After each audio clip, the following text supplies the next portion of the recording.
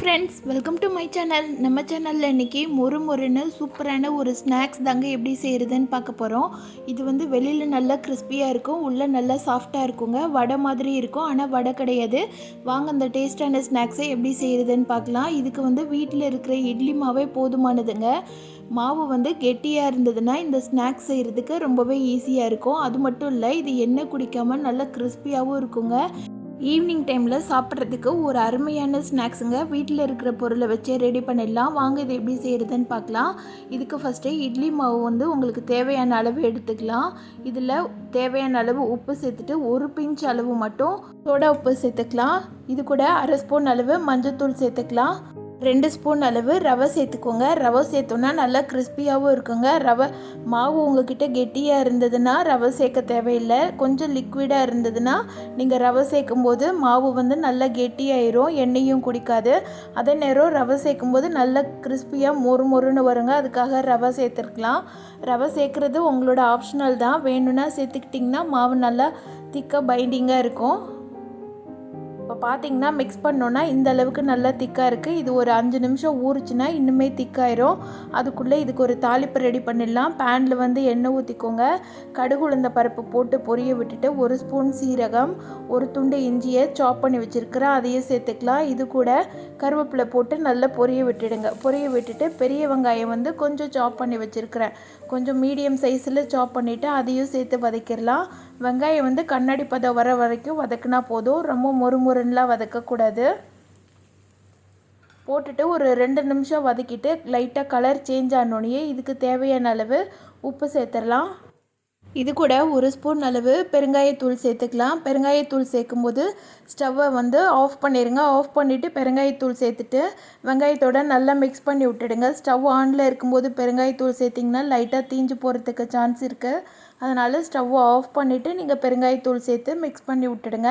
அந்த ஹீட்லேயே நல்லா மிக்ஸ் ஆகி வரும். இப்போ நம்ம ரெடி பண்ணி வச்சுருக்கிற தாளிப்பு எடுத்து நம்ம மாவோடு சேர்த்துட்டு நல்லா மிக்ஸ் பண்ணி விட்டுடலாம். இது கூட ஒரு கைப்பிடி அளவு சாப் பண்ண கொத்தமல்லி தழை சேர்த்துக்கலாம். காரத்துக்கு வந்து சில்லி பவுடர் வந்து ஒரு அரை ஸ்பூன் சேர்த்துருக்குறேன். அவ்வளோதாங்க. இது எல்லாத்தையும் நல்லா மிக்ஸ் பண்ணி விட்டுடுங்க. இந்த டைமில் பார்த்திங்கன்னா ரவை கொஞ்சம் ஊறிட்டு இன்னுமே மாவு நல்லா கெட்டியாக இருக்கும். இது வந்து இட்லி மாவு பதத்தை விட கொஞ்சம் திக்காக இருக்கணும், அந்த மாதிரி பார்த்துக்கோங்க. ரவை சேர்க்குறது மாவு வந்து ஒன்று கிறிஸ்பியாக இருக்கணுன்றதுக்காக சேர்த்துருக்குறோம். இன்னொன்று மாவு கொஞ்சம் தண்ணியாக இருந்ததுனாலும் ரவை ஊற ஊற மாவு வந்து கெட்டியாக ஆரம்பிச்சிருங்க. கெட்டியாச்சுன்னா மாவு வந்து ஓரளவுக்கு கெட்டியாக இருந்தால் தான் எண்ணெய் குடிக்காமல் இருக்கும். அதனால் மாவு கொஞ்சம் திக்காக இருக்கிற மாதிரி பார்த்துக்கோங்க. இப்போ எண்ணெய் நல்ல சூடாக இருக்குது. பிகினர்ஸாக இருந்திங்கன்னா இந்த மாதிரி கரண்டியில் கொஞ்சம் கொஞ்சமாக மாவு எடுத்துகிட்டு சின்ன சின்ன உருண்டையாக போடுங்க. ரொம்ப பெருசாக போட வேண்டாம். இட்லி மாவு சேர்த்துருக்கிறதுனால இது சீக்கிரமே வெந்துருங்க. மேலெல்லாம் சீக்கிரமாக கலர் சேஞ்ச் ஆகிட்டு உள்ளே வந்து வேகாமல் மாவு மாதிரி இருக்கும். அதனால் நீங்கள் குட்டி குட்டி உருண்டையாகவே போட்டுக்கோங்க, அப்போ தான் கரெக்டாக இருக்கும். அது மாதிரி நீங்கள் உருண்டை போட்ட உடனேயே ஃப்ளேம் வந்து லோ ஃப்ளேமில் வச்சுருங்க, அப்போ தான் கரெக்டாக வெந்து வரும். இது லைட்டாக ஒரு சைடு கலர் சேஞ்ச் ஆக ஆரம்பிச்சோன்னே நீங்கள் இன்னொரு சைடு திருப்பி போட்டுடலாம். கடாயில் வந்து கொள்கிற அளவுக்கு நான் மாவு எல்லாத்தையும் ஊற்றிட்டேன். உங்களுக்கு நல்ல பழக்கம் இருக்குது அப்படின்னா நீங்கள் கையில் எடுத்து கூட துளி துளியாக உருட்டிக்கலாம். நான் பண்ண மாதிரி இப்போ எல்லாத்தையும் நல்லா ஒரு சைடு நல்லா கோல்டன் கலர் ஆயிடுச்சு. இதை வந்து திருப்பி போட்டுடலாம். அது மாதிரி மாவை எண்ணெயில் போடும்போது எண்ணெய் வந்து நல்லா ஹை ஃப்ளேமில் ஹீட்டாக இருக்கணுங்க. மாவு போட்டோன்னே கண்டிப்பாக ஃப்ளேமை வந்து குறைச்சிருங்க, இல்லைனா நான் சொன்ன மாதிரி வெளியில் ஃபுல்லாக நல்லா வெந்துட்டு உள்ளே வேகாமல் மாவு மாதிரி இருக்கும். அதனால் ஃப்ளேம் வந்து மீடியம் ஃப்ளேமில் வச்சு வேக வச்சு எடுங்க. இதே மாதிரி கையில் மீதம் இருக்கிற மாவு எல்லாத்தையும் போட்டு பரட்டி எடுத்துடலாம். ஒரு சைடு லைட்டாக கோல்டன் கலர் ஆனோடனே நீங்கள் கரண்டி வச்சு திருப்பி போட்டுடுங்க. இது ஈவினிங் டைமில் தேங்காய் சட்னியோடையோ கார சட்னியோடையோ சாப்பிட்றதுக்கு ரொம்ப அருமையான ஸ்நாக்ஸுங்க. வேறு எந்த பொருளுமே சேர்க்க தேவையில்லை. வீட்டில் இருக்கிற இட்லி மாவு இருந்தால் போதும்.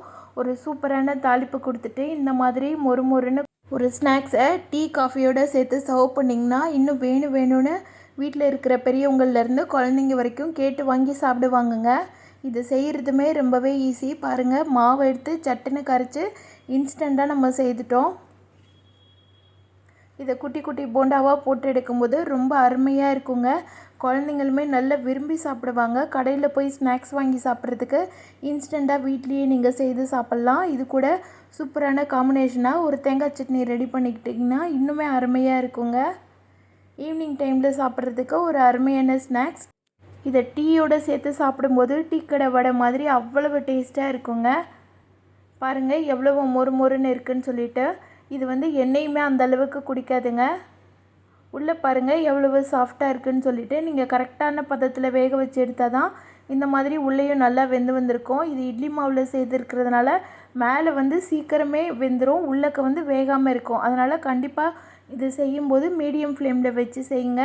இந்த டேஸ்டான குட்டி குட்டி போண்டாவை நீங்களும் உங்கள் வீட்டில் செய்து பாருங்கள். செய்து பார்த்துட்டு எப்படி இருந்துச்சுன்னு சொல்லிட்டு எனக்கு கமெண்ட் பண்ணுங்கள். இந்த வீடியோ பிடிச்சிருந்ததுன்னா லைக் பண்ணி சப்ஸ்கிரைப் பண்ணி